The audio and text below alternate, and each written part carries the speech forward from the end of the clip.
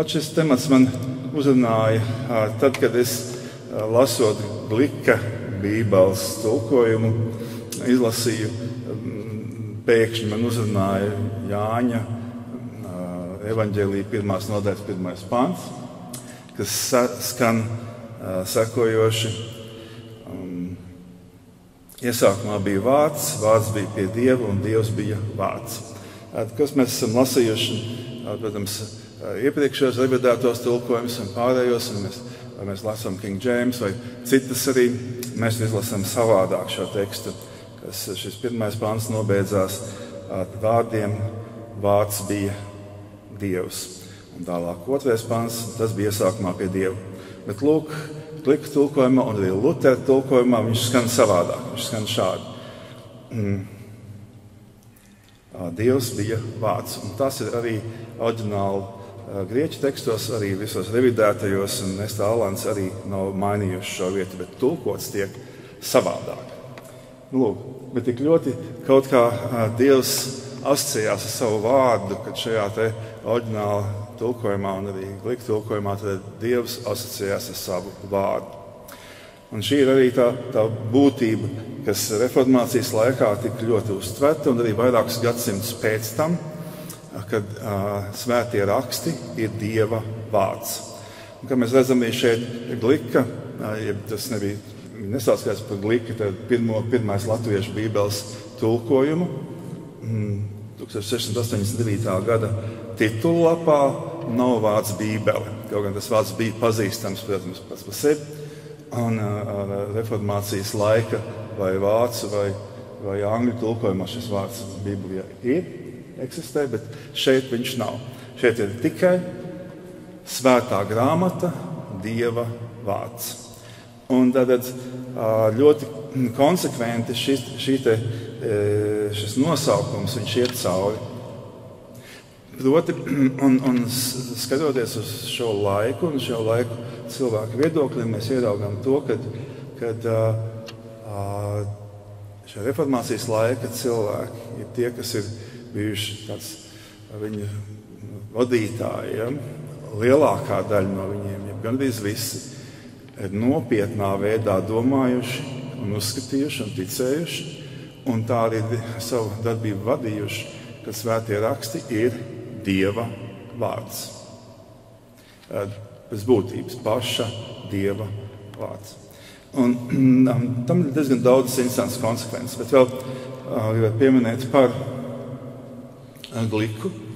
Glika šāds viņa vārds ir teikums par rakstiem, kas arī, var saprast, ir motivējis viņa rīcībai, kur viņš veltīja savu dzīvi lielā mērā tieši rakstu tulkošanai latviešu valodā un izplatībai Latvijā, un arī spējai lasīt vietējiem iedzīvotājiem, proti lasīt prasmes apmācībai. Tad raksti ir kā saule, kas apspīd tumsību, izstum sauli no pasaules, un tev nekas cits neatliks kā biezu tumsību un akls bezdibens.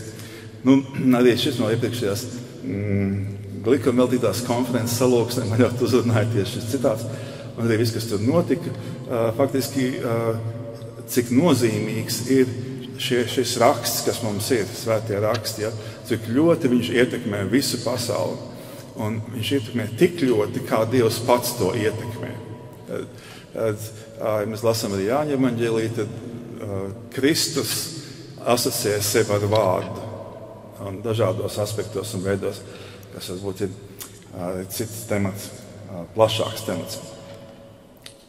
Jau no pirmajiem faktiski gadsimtiem ir bijuši abejādi šie novirzieni. Tad viens ir bijis Kristus draudze, kur ir nesus cauri svētos rakstus, kā Dieva dotu vārdu, jeb kā Dievu vārdu. Un sendraudzes tā arī domāšana. Otrs tas virziens ir jau no pirmajiem gadsimtiem bijis, kur ir bijuši grupas personas novirzieni un baznīca droši vien, kur svētos raksts ir pakļāvuši lokālajai garīgajai pieredzei, uzskatot, ka viņa garīgā pieredze ir svētā gara iedvesmota un tikpat svarīga vai pat svarīgāk par svētajiem rakstiem. Un tad tādas nostādnes ir bijušas ne tikai šodien, mēs viņus redzam visur apkārt, ja? Bet arī vēsturiski no pirmiem gadsimtiem, tā kā tas nav nemaz nekas jauns. Mēs varam redzēt laika distanci, kad viņi visi ir noveduši pie ļoti lieliem maldiem, izkropļojumiem ticības vai avārijām ļoti lielām, jo atskaites sistēma ir cilvēka vērtējums, kas tad ir un kas tad nav. Un tā sajūta, kur šis svētais gars, uz kuru runā vai nerunā, kā mēs ļoti labi zinām, ir ļoti atšķirīgi. Katrs var iedomāties, ko grib, ja viņam nav atskaites sistēma, ja Dieva vārds viņu nevar. Tātad pati reformācija ir sākusies un sākās ar sākotnējās formas, draudzes formas un veida un būtības atjaunošanu. Tā bija galvenais tas dzinējspēks. Un tas tika veikts caur svēto rakstu studēšanu. Tas bija galvenais princips, ja? Kam sekoja reformācija, rakstu studēšana, kura izsauc, kur rezultējās grēku nožēlā un nepareizu mācību noraidīšanai vai atmešanā. Un atgriešanās pie tā, ka rakstītais Dieva vārds ir Dieva vārds, un kā arī šeit mēs redzam šajā te valdensešu simbolā, gaisma spīd tumsībā.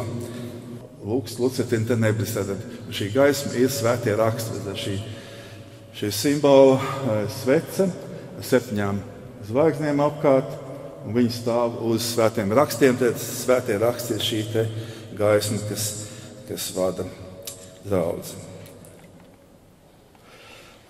Pirms reformācijas un reformācijas Kristus draudzes un teologi turējās pie skaidras sapratnes un pārliecības par svētiem rakstiem kā paša Dieva dāvātu patiesību, glābšanas vēsti un pavēli. Bībele, svētie raksti tika uzskatīti par Dieva vārdu.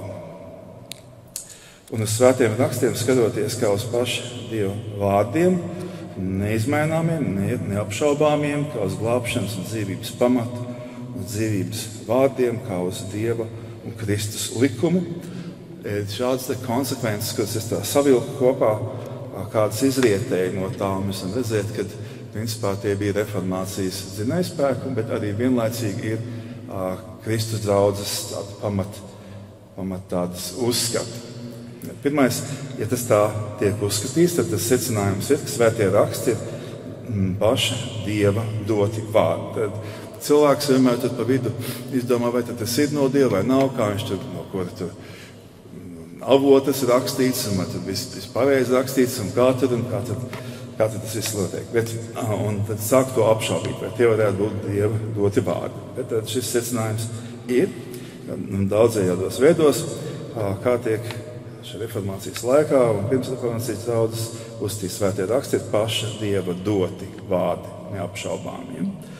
Nākamais tāds konsekvences ir, ka svētie raksti ir pietiekoši cilvēka glābšanai. Tur nav nekas vairāk ārpus tā vajadzīgs. Pirms ticība, ticīga cilvēku līdzdalība, lūkšana, tas pats par sevi, bet ja runā par informāciju, par grāmatu, ja par kaut ko ārpus gudrību, tas nav nekas nepieciešams. Nākošais svētie raksti vienīgais pamats ticībai. Ticēt mēs varam tikai uz to, kas ir rakstīts, ko Dievs ir devis, ko viņš ir pateicis, kas būs. Ja kāds cits kaut ko saka, un mēs ticam viņa apgalvojumiem, tad mums ir māņticība. Ja? Tad, lai tas cilvēks, kas to teica, tagad atbild, ka tas notiek, ja? Ko viņš ir pateicis. Apmēram tās princips. Nākamais princips un konsekvence ir, ka svētie raksti paskaidro paši sevi. Tad, ja mēs vienu vietu nesaprotam, mēs meklējam pārējās lietās. Nākošais svētie raksti kopumā ir Dieva dota mācība. Tātad ne tikai apsolījumi, pravietojumi un tam līdzīgi, bet viss kopā ir kā mācību grāmata. Un šī ir cauri arī redzam šā reformācijas laika cilvēkiem un viņu viedokļiem. Tātad nākošais svētie raksti ir svētā gada vadībā saprotam katram ticīgajam. Tātad katrs cilvēks var lasīt svētos rakstus, nevis kāds īpašs priesteris, ja Dieva gars viņam palīdz un viņu apgaismo. Tātad tas ir pieejams kristīgam cilvēkam, kur Dievs ir uzrunājis, kur viņu atvērs sirdi un Dievs viņam svētā gara sēklu sirdī. jeb svēto garu viņa sirdī, ka viņš var to lasīt un saprast ar Dieva palīdzību. Nākošais svētie raksti ir Dieva pielūgsmes un kalpošanas pamats, kā mēs dzīvojam, kalpojam Dievam. Tas arī ir secināms no svētiem rakstiem. Un pēdējais, ko šeit pieminēt, ir svētos raksts nedrīkst mainīt, sadalīt un papildināt. Kādi viņi ir, tādi viņi ir. Un ārpusā tā, tas būs viss greizi un nepareizi. Kā vienu no piemēriem, ko es gribētu demonstrēt šos piemērus, ir Džons Viklifs. Tad lasīšu viņa citātu. Džons Viklifs bija reformācijas aizsācējs. Viņš dzīvoja no 1328. līdz 1384. gadam. Un viņš tiešām ir uzskatāms par reformācijas iesācēju daudzajādos veidos un aspektos. Citēju viņu par svētiem rakstiem. Svētie raksti ir nevainojams, vispatiesākais, vispilnīgākais un vissvētākais Dieva likums, kur visiem cilvēkiem ir pienākums mācīties, zināt, aizstāvēt un ievērot, cik tālu viņiem ir pienākums kalpot kungam saskaņā ar to, pastāvot mūžīgās dzīvības apsolījumam. Mazliet tālāk, svētie raksti ir vienots Dieva vārds, arī viss Kristus likums ir viens pilnīgs vārds, kas iziet no Dieva mutes. Tādēļ nav pieļaujams atdalīt svēto rakstu tekstu, bet gan akceptēt to visā tā veselumā saskaņā ar autora izpratni. Tātad Dieva izpratni, nevis cilvēku izpratni. Ja Dieva vārds ir pasaules dzīvība, tad ik viens Dieva vārds ir cilvēka dvēseles dzīvība. Kā gan kāds antikrists, baidoties no Dieva, var to atņemt mums, kas esam kristīgi cilvēki. Tādēļ ļaut cilvēkiem mirt badā ķecerībā, zaimojošos cilvēku likumos, kas samētā un nonāvē dvēseli. Un tas ir otrs citāts, kas vairāk jau minēts. Svētie raksti ir katra ticīgā augstākā autoritāte, ticības standarts un reformu pamats. Tātad, ja mēs kaut ko mainām, ja gribam mainīt, tas ir svēto rakstu pamats tikai. Vēsturiski, varbūt nākošā svarīgā persona, kas ir maz atzīta, bet ir atstājusi ļoti lielu ietekmi, ir Pēters Čačickij. Viņš ir brāļu draugu iesācējs. Viņš galvenokārt, viņu vairākas grāmatas ir, bet tikai dažas iztulkotas angliski. Ticības tīkls ir viena no tām. Un viņš šajā ticības tīklā lieto svētiem rakstiem galvenokārt, kā apzīmēt to par Kristus likumu. Svētie raksti ir Kristus likums. Un interesanti, ka brāļu draugu pirmais nosaukums šai draudzei bija Kristus likuma brāļi. Tad šāds vārds no viņu dzīvoja no 1390. līdz 1460. gadam. Un šī brāļu drauga, viņa teoloģijas iesākums ir pamats ļoti ilgi brāļu draudzēm līdz pat mūsdienām, var teikt, bet mūsdienās ir gan tāds pabalējies. Tad šāds citāts no viņa. Tas nav svarīgi, kādas lielas svētuma lietas paveic cilvēks, ja tās nav cēlušās no Kristus vārdu patiesības, tad tās nepiepild un nepatīk viņa gribai. Jo nav neviens cilvēks visā cilvēcē, kuram būtu pilnīgi izpratni par Dieva padomu. Ja tie nicina, proti ignorē Dieva vārdus, tad tie uz sevi uzveļ viņa, Dieva, dusmas, un tās mūžīgi nes kopā ar dumpīgiem vēlniem. Nākošais, ko es gribētu pieminēt, ir, protams, Mārtiņš Luters, un viņa šī nostādne, kad svētie raksti, ja Bībele ir Dieva vārds, ar visu savu spēku un visu savu attieksmi ir ļoti izteikta. Un nolasīšu vairāk viņas citās. Viņi bija atrodami tik lielā daudzumā, kad savākt jau kaut kur, kad varētu veseli vairākas lekcijas par to lasīt, un tas būtu interesanti. Bet daži. Tad Luters par svētiem rakstiem saka šādi. Šī citāts, kad viņš komentē 22. psalmu šādiem vārdiem.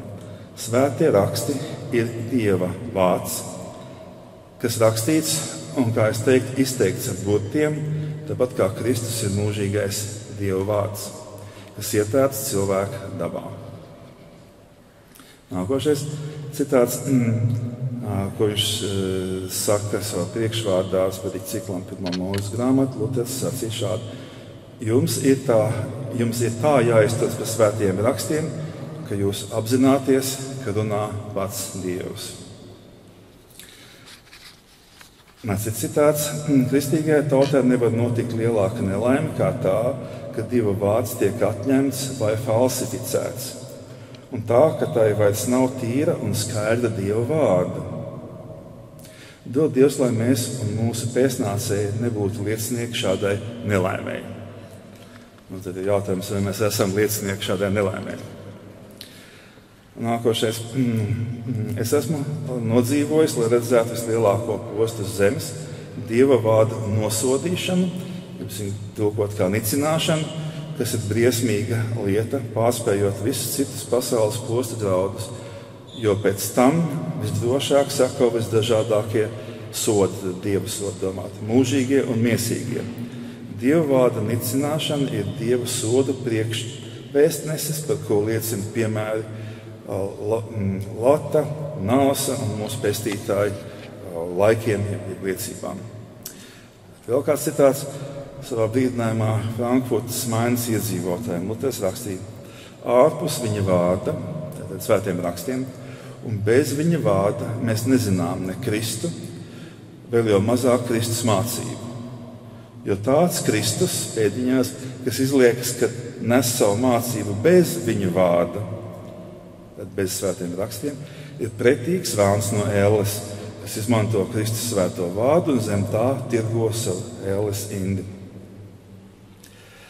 Pēdējais no Lutera citātiem ir šāds, kas atzīst, ka evaņģēlistu rakstītais ir Dieva vārds. Ar to mēs esam gatavi diskutēt, bet kas to noliedz? Ar to mēs neapmainamies ne ar vārdu.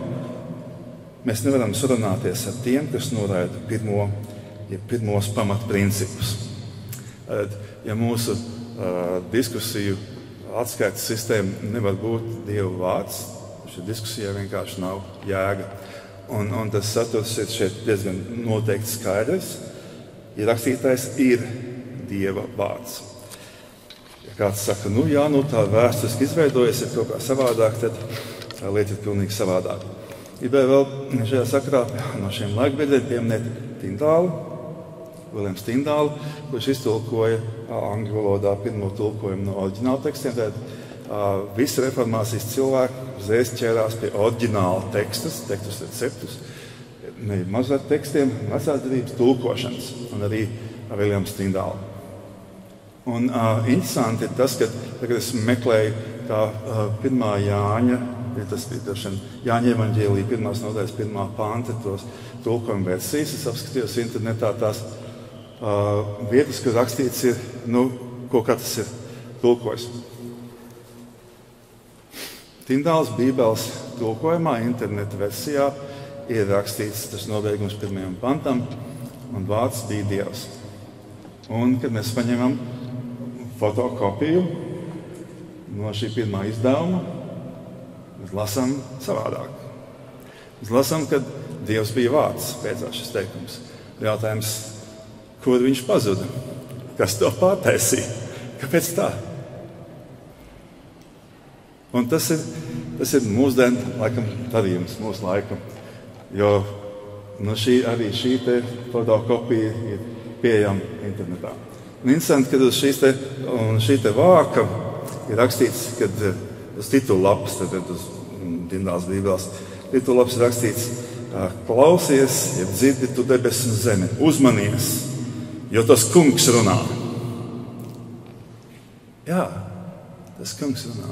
Un tā ir cita attieksme, tā ir fundamentāli cita attieksme. Un viņi ļoti izmaina visu dzīves būtību, un visu attieksmi pret Dievu un arī pret Dieva vārdu. Mums liekas, tas nav racionāli. Varbūt, ka nav racionāli, bet tajā pašā laikā ir ļoti racionāli. Arī vēsture skaidri rāda, ka šis vārds ir nācis no Dieva. Tāpēc, ka mēs vecā derībā varam izlasīt, kā šis vārds, kad ir vecā derības vārds, nāk no Dieva. Tā ir vēsture. Un jaunā derībā ir tieši tas pats. Uzmanies, tas kungs runā. Gribēju jums celt vēl vienu piemēru, viņš šeit priekšā kā pēdējo no šiem pozitīviem piemēriem.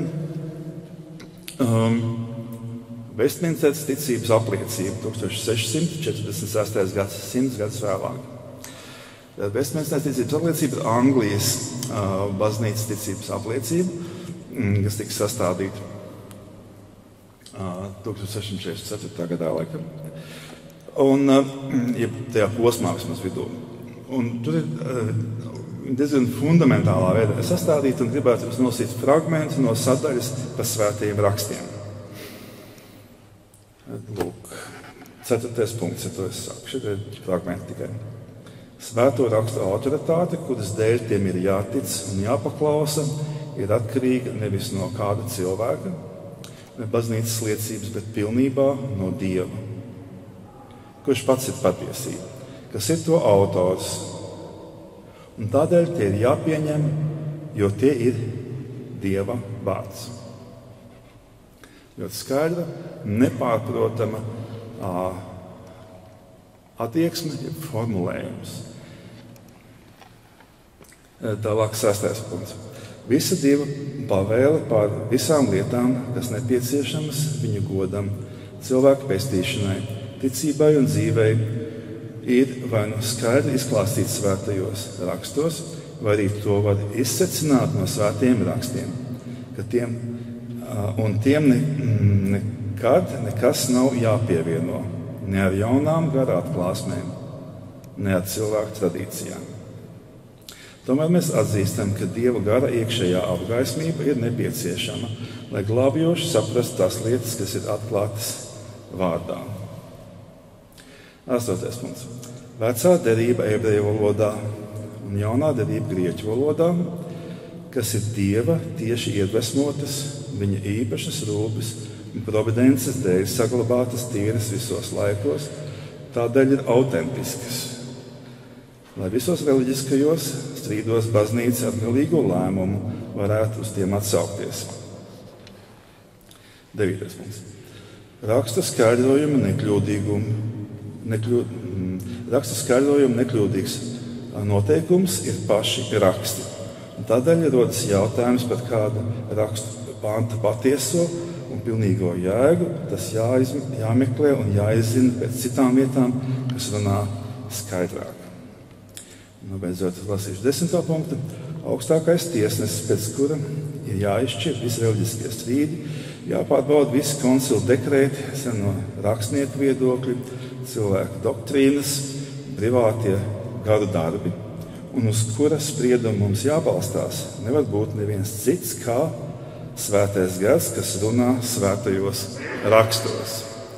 Svētais gars, kas runā svētajos rakstos. Un šeit ir šī ļoti skaidrā attieksme, kur arī rakstīts ir svētajos rakstos, Jāņa evaņģēlijā, kad svētais gars atgādina to, ko runā Kristus, Dieva vārds.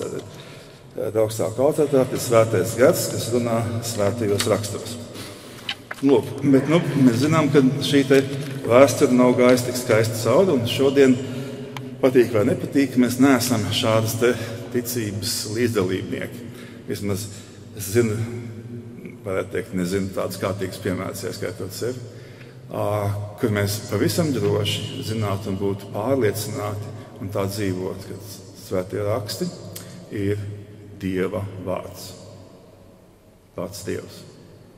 Kad viņu apgaismo svētie raksti. Un tā bija Zwinglija attieksme tāda, kad tagad svētos rakstus apgaismo Dieva gars, tad tas ir Dieva vārds. Lūk, bet kaut kā īpaši 19. gadsimtā šīs lietas mainījās un sāk kļūt savādākas un iegūst pilnīgi citu pagriezienu un veidu. Iestājās apgaismība, racionālisms, kā varētu dažādi teikt, ir pasaules gaisma, sāka ņemt tādu virsroku, un tur es ieraugu tādu diezgan lielu plānveidību. Tas nav tā nejauši viss noticis, ka tur ir, protams, gads, kas to organizē, bet cilvēki, kas pie tā labprāt piedalās. Un mēs vienkārši tas rezultāts bija attieksmes izmaiņa ļoti spēcīga. Un cilvēki, domātāji, baznīcas draugu vadītāji, teologi sāk domāt, uzskatīt, rakstīt un diskutēt savādāk. Protams, nenozīmē, ka nebija tāda paša arī tālāk bija. Bet ļoti palika viņa balss nedzirdams. Gribētu pieminēt arī, kas jau šodien tika pieminēts, vienā brīdī šāds vīrs kā Vestkots, Bruks Foss Vestkots, dzīvo no 1825. gadā līdz 1901. gadam, kurš bija, varētu tā teikt, jaunās derības grieķu teksta viens no autoriem. Tad revidētā teksta autors.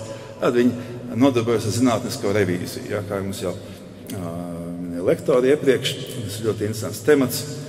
Un šī būs arī viena liecība vienkārši tajā pašā, kas bija minēts iepriekš. Vestkots un Hots, viņi izgatavoja pirmo zinātniskā kriticisma kombinētu grieķu oriģinālu. Un viņi sauc to tā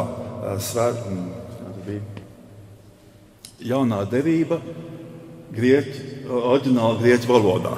Viņi nesaka oriģināla jaunā derība, bet oriģināla grieķu valodā. Ir taču oriģināla grieķu valoda. Nekas to var apšaubīt. Bet labi. Šādu vārdu, ko viņš teica, tad diezgan daudz ir par viņu, par šiem pēdējā laikā, pēdējos gados parādījušies daudz ļoti dažādu kriticismu un izsmējīgu tekstu. Droši vien, ka viņiem visiem nav pamats, viņi būtu jāpārbauda. Tādu mazu ieskats, mēģināja apstīties, un tas nav tik viennozīmīgi, jo tie izsmējēji internetā un arī tā skaitā teologu vidū bieži vien pārkāp tādas robežas. Bet lūk, šāds citāts no Vestkota. Vai jūs nesaprotat, ko nozīmē teoloģiskā attīstība? Īsumā tas ir tas, ka agrīnā laikmetā kāda doktrīna tiek piedāvāta vienkāršā vai neskaidrā formā, vai pat tikai tumši ieskicēta, kas nākamajos laikmetos, pieaugot cilvēku prāta vajadzībām, attīstās līdz ar tiem. Patiesībā, ka kristietība vienmēr progresē savos principos un doktrīnās. Citādi beigas. Tad citāts grāmatas Life, pirmais sējums 7. auspus. Un tā būtība ir tāda, ka kristīgā teoloģija attīstās, viņa ir progresā, evolūcijā. Un interesanti, kad Petrs Čalčickijs, iepriekš minētais savā grāmatā Ticības tīkls, viņš diskutē, viņš tāda gara diskusija ar Romas teologiem ir. Un šī Romas teologu tā diskusija, kurā viņi ir ar to Petru Čalčickiju, rāda to, ka viņi saka, ka kristīgā draudze attīstās. Tas, kas bija toreiz tiem nabaga zvejniekiem un ar to evaņģēliju, bet kā mums tagad ir, paskatieties uz tām mūsu mājām. Ja? Un tam viss ir evolūcijas progresā. Lūk, un šis ir viens no vīriem, uz kur tiek balstīts šodienas modernās bībeles tulkojuma attīstība tālāk. Bet, nezinot īsti, kā vēl šo progresu, tā var teikt, attainot teoloģijas progresu, ļoti daudz piemēru mums bija. Es gribētu jums pievest varbūt tuvākus mums piemērs no Nacionālās enciklopēdijas, Latvijas Nacionālās enciklopēdijas. Un uzrunāja tāds pāris šķirkļi. Viens šķirklis ir reformāti. Autors Nikita Andrejevs. Lasīšu. Reformātu tradīcijas teoloģijā galvenā iezīme ir Dieva vārda atklāsme ar Dieva vārda starpniecību. Ar Dieva vārdu reformāti saprot gan rakstus, Bībeli, gan pašu Jēzu Kristu, kas ir Dieva vārda iemiesojums jeb inkarnācija. Arī tā viena liecība reformācijas laika, kad tas tā arī ir bijis, tad ir secināts arī šeit. Tālāk, tad būs parādīts kādas tās mūsdienu tradīcijas ir jeb priekšstati. Bībeles absolūtais patiesums ir daļa no reformātu teoloģijas, bet mūsdienās dažādu teologu vidū šī patiesuma un tā robeža noteikšana var atšķirties. Konservatīvie reformāti teologi pastāv uz to, ka Bībele ir patiesa un nemaldīga, un ka nav iespējams, ka tā būtu nepatiesa jebkurā nozīmē. Cits uzskats ir tāds, ka Bībele ir primārais avots zināšanām par Dievu, bet tās fragmenti var būt nepatiesi vai neliecināti par Kristu, vai arī nebūtu normatīvi mūsdienu baznīcai.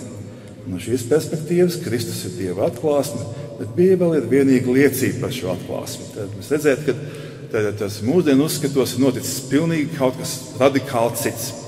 Es domāju, ka tā ir arī diezgan laba liecība par to, kāda ir šā populārā teoloģija šodien te uzskata. Tad man interesē šis jautājums, es domāju palasīt, kas tad ir Bībele.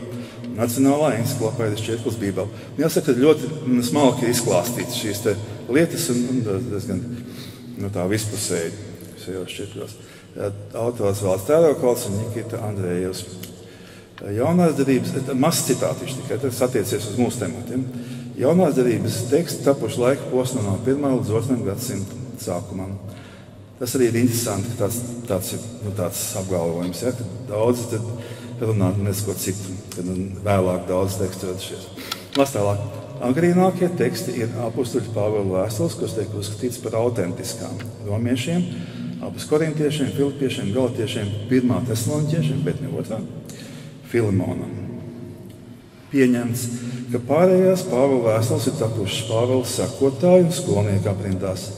Citu grāmatu tradicionālā autorība jaunās derības pētniecībā tiek apšaubīta. Tad tas ir tas, ka mēs esam nonākuši tās pasaules tajos globālajos viedokļos, kad tur nekāda nav saistība ar Dievu vārdu vai viņa uzticamību.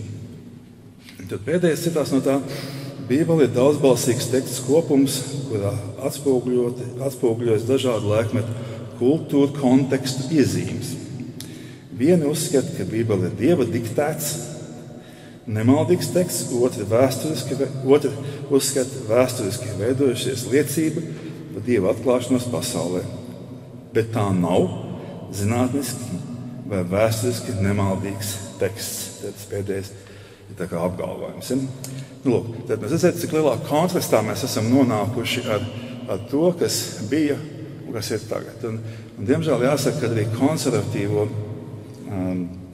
vidū šī attieksme ir ļoti tuvu tam. Tuvu tam, bet viņa nav šī, ka svētie raksti ir Dieva vārds. Un tad diezgan tāda būtiska nopietna tāda izmaiņa, par ko mums būtu jāpadomā. Un faktiski gribētu teikt, ka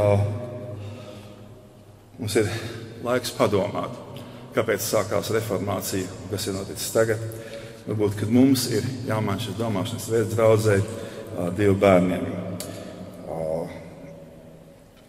Varbūt, kad šī attieksme pret svētiem rakstiem, vai tas ir Dieva vārds mums, vai tas ir Kristus likums, vai tā ir arī derība ar radītāju, jo mums nav citas derības ārpus jaunās derības grāmatām un vecās derības grāmatām ar Dievu. Mums nav neviena cita derība. Neviena cita derība Dievs arī neapstiprina un neapstiprinās. Ja mēs to sākam mainīt, mēs mainām pašu derību ar izējošām konsekvencēm. Tātad mans jautājums ir, varbūt tieši šī atgriešanās pie Dieva vārda un nožēla par Dieva vārdu nonicināšanu, kad šeit slēpjas mūsdienu modināšana un mūsdienu reformācija. Jūs man atļaut vēl mazliet pieskarties vienam darbam, kas ir ārkārtīgi interesants, kas gribēju jums šajā sakarā arī celt priekšā, ir otrajā Bībeles latviešu izdevumā, 1739. gadā priekšvārdiem ir pamācīšana Bībeles lasīšanā. Mēs dzirdējām jau vienu pamācīšanu nedaudz, un šis ir ārkārtīgi interesants darbs, un tur ir domas dalās, kas to varētu būt rakstījis. Viens viedoklis ir, iespējams pamatos, tas ir Blaufus, vai arī Fišers varbūt. Es nolasītu jums kaut kādus fragmentus, ka jūs saprastu, kāda šī attieksme ir pret Dievu vārdu. Tas ir jau 739. gads, un ir vēl viens, viņš ir trešajā, es viņu tā kā neieraudzījos tajā kopijā, kas man bija iespējams apstīties, ka būtu šis iekšā, šis te 6 lapušu smalkā rakstā pamācīšana Bībeles lasīšanā, bet viņš ir atrodams 825. gada 4. izdevumā. Nedaudz koriģēti, viņš parakstīts ar Fišera vārdu, bet tas varētu būt arī tikai formāls paraksts. Es tad atļaušos viņu nolasīt. Manā tajā šā veida drukā viņš bija uz 9 lapspusēm, viņu pārakstīja un mazliet piekoriģēja, lai viņu mūsdienu valodā saprast, jo tas pirmais izdevums tiešām ir tāds mazliet, tāds tā kā pa celmiem druscītiņu priekš mūsu ausīm. Tad tā, viena pamācīšana, kādā vīzē tie svētie raksti jālasa, ka tas var cilvēkam izdoties uz savu dvēseles labumu un mūžīgu dzīvošanu. Tad šī ir arī viena liela Dieva žēlstība, ka viņš mums ir devis savus dārgos vārdus uzrakstītus svētajos rakstos. Jo viņš mums nevien dod ziņu no pestītāja, tā kā sūta ziņu no pestītāja caur rakstiem, bet caur tiem viņš arī mūsu sirdīs dod ticību uz viņu. Tāpēc tie ir augsti cienījami, jo viņi ir doti no paša Dieva. Mums par mūsu mūžīgu labklāšanu, jo kāda gan manta pasaulē būtu tik dārga kā Dieva vārdi. Tāpēc mums ir Dievam no sirds jāpateicas par to, ka viņš šajos pēdējos laikos tik ļoti par cilvēkiem ir apžēlojies, ka nevien liek Dieva rakstus viņiem bagātīgi pasludināt, bet arī dod visai pasaulē rokās drukātus rakstus. Tad par reformācijas rezultātu. Tad kādā veidā Dieva vārdi jālieto un jālasa. Te būs ļoti īss konspekts, ja tevi pārlieciniet. Tas nav ļoti īsts šeit uz lapiņām, bet īsts izvilkums. Vispirms vajag cilvēkam nebūt kurtam un lasīt svētus rakstus. Dieva vārdi tev labi un daudz jālasa, kā pats Dievs to ir pavēlējis, ka visi svētie cilvēki tā ir darījuši un kļuvuši ticīgi caur to un dievbijīgi. Daži saka, ko es lasīšu Bībeli, ja tas man nav vajadzīgs. Tā kā tur tāds mazliet dialogs, viņš tāds zemnieka tādu viedokli mēģina izteikt. Un tad atbildi, tu lielies, esam kristīgs cilvēks un nicina svētos rakstus, ko Dievs pats līdz uzrakstīt, dod tev rokās un pavēl, ka tev tas būs lasīt. Viņš ir līdz uzrakstīt visus svētos rakstus, tik labi tās vecās, kā jaunās derības, kā katram tos būs lasīt, un arī apsolīs, ka tam, kas tos lasa un tiem paklausa, būs to mūžīgo dzīvošanu dabūt. Jo kas Dieva vārdus, svētos rakstus, nievā, jeb nosmādē šajā oriģināls vārds, un nicina, tas nicina pašu Dievu un nepaliks nesodīts. Dieva vārdu lasīšana cilvēkam labāk izdodas, kad viņš ar tādu prātu un sirdi lasa, kas patiesi dzenās uz to mūžīgo dzīvošanu. Jo kad cilvēks uz to dzenās, tad viņš negrib kļūt pazudināts, bet dabūt Dieva žēlstību un visu to mūžīgo svētību, jeb labklāšanu, tad viņam arī ir īstens un labs prāts uz Dieva vārdiem. Un viņš grib labprāt zināt, ko Dievs tur rakstos ir pavēlējis, kādu ceļu uz mūžīgu dzīvošanu viņš mums ir rādījis. To pašu grib arī viņš to iekšā meklēt un atrast. Tas ir diezgan interesanta lieta, šī motivācija, mūžīgā dzīvība. Ja? Lasot rakstus. Mazliet tālāk, apšies padoms, bet viņam vajag lūgšanu, lai viņš no Dieva lūdz un meklē saprašanu un svētā gara apskaidrošanu, ka viņš var patiesi saprast un ņemt vērā, ko viņš lasa Dieva vārdos. Tas svētais gars tev mācīs lūgt, ja tu vien labprāt gribēsi Dieva vārdus lasīt pareizi. Ir diezgan liels citāts iekšā un gabals ir gabals, kurā tiek aprakstīts, kā lūgt Dievu.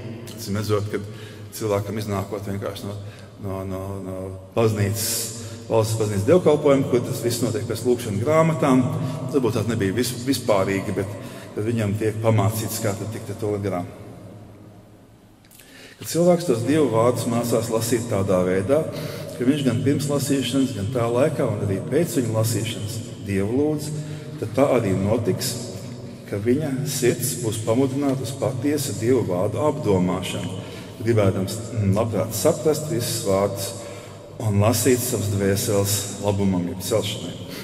Šīm divām lietām, proti lūkšanai un apdomāšanai, jābūt kopā pie Dieva vārdu lasīšanas, kā pie vienas cepes divas kārtas, tātad divas kārtas un šķēršļi. Ja? Tāpēc, ka šīs divas lietas, proti lūkšana un Dieva vārdu apdomāšana, ir kā trepes, ar ko mēs savā sirdī uzkāpjam pie Dieva. Lasi Dieva vārdus ar labu apdomāšanu, neļauj aiziet nevienam pašam vārdam, neapdomātam. Bet, kad kādi vārdi tev liekas neizprotami, kad tos tik skaidri nevar saprast, tad lasi un meklē tālāk. Tad tu sapratīsi skaidrākus, kas to pašu atkal māca un saka, ja tu vēl tad nesaproti, tad gaidi. Jo vairāk tu ar apdomīgu sirdi lasīsi, jo labāk tu pratīsi. Ņem vērā arī tādu labu padomu pie Dieva vārdu lasīšanas, lai tu svētos rakstus nelasi šurp pa turpu, jeb pa gabaliņiem vien, bet lasi vienu veselu grāmatu caurim un apdomā visus vārdus, bet ir savā starpā kā sasiet, un viens vārds padara otru skaidrāku. Tajā gabalā, ko tu lasi, apdomā visus vārdus pareizi, vienmēr ticēdams, ka neviens pats vārds nav veltīgi uzrakstīts. Lai cilvēks savā sirdī tam svētam garam padodās, kad viņš, svētais gars, tos Dieva vārdus lasot, tos sirdī iespiedīs. Un vēlāk viņš tos dažādā veidā cilvēkam atgādinās. Tu saki, kā tad Dieva vārds jātic un jāpaklaus. Es atbildu, ka tev pirmkārt jātic, ka viss, ko Dieva vārdi saka, ir patiess un taisnīgs. Bet tajos nav atrodami nekādi meli, nec netaisnība. Un tomēr ar to tev vēl nepietiek, ka tu savā prātā tici, ka Dieva vārdi ir patiesi, bet tev arī vajag viņu, Dieva vārdu, mācību savā sirdī uzņemt, ka tie ar tavu ticību to savienot, jeb apbriedināt. Un var tevi izdarīt to, ko viņi māca. Viņiem jāto pierakstītiem tavā sirdī, ka to sirdi tā ka tie tavu sirdi tā iztaisa un tavu prātu iekš tevis tā padara, kā paši Dieva vārdi māca.